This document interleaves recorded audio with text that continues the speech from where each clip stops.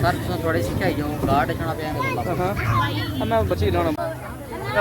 कितने बच्चे ने 5 बच्चे ला पहले नहीं